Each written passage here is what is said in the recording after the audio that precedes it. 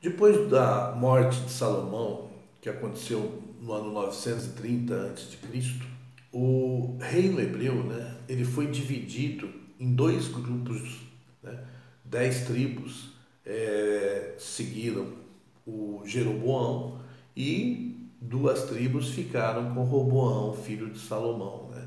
Essas duas tribos formou então o reino de Judá, reino do sul. E as tribos que seguiram Jeroboão se tornaram, né, o reino de Israel. E Jeroboão ele fez dois lugares de adoração, né, um em Dan e outro em Betel, para que o povo não viesse adorar em Jerusalém, que ficava no reino de Judá, porque ele acreditava, né, que se o povo viesse, eles voltariam o coração para para Deus e para o reino de Judá. E ele, para manter o seu reino, ele quis então abrir dois centros de adoração. E isso se tornou o pecado de Jeroboão. E o reino de Israel, ele foi. Não existia assim uma sucessão por nascimento, era por tomar o reino. E é interessante que Salomão, né, apesar dele ser filho de Davi, ele se fortaleceu matando as pessoas que eram opositores a ele. E isso gerou praticamente um precedente, né? Que porque Davi era diferente. Davi, ele não vindicava para si, ele deixava Deus vindicar ele. E Salomão não, ele matou, ele se fortaleceu pela força dele. E isso gerou um precedente. Depois Roboão quis fazer isso, né? Falando que o dedo dele era maior do que os lombos de Salomão. O resultado foi que 10 tribos seguiram Jeroboão.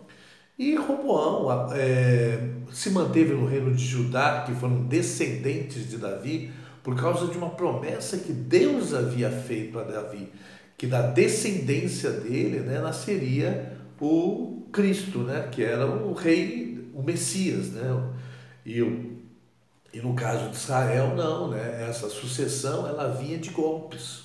Um capitão, um general dava um golpe e matava toda a família do outro, né? Isso foi o que aconteceu com o reino de Israel.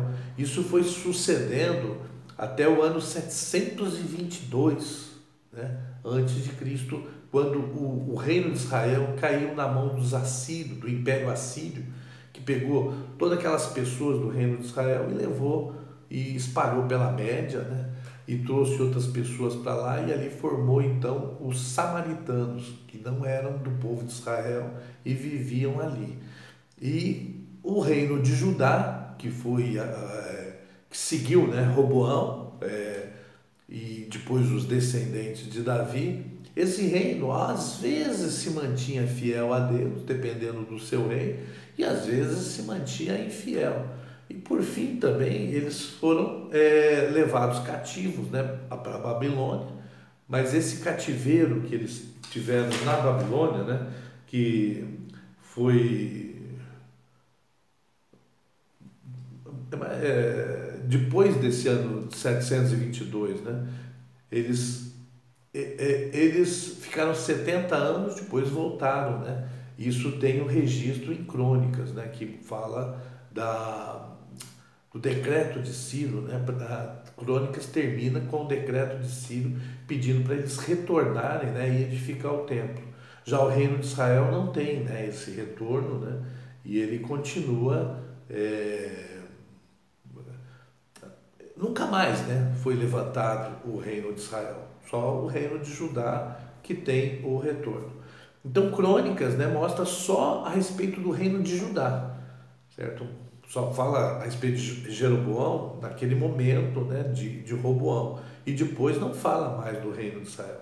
Já Primeira Reis e Segunda Reis aponta, né, o que aconteceu no reino de Israel.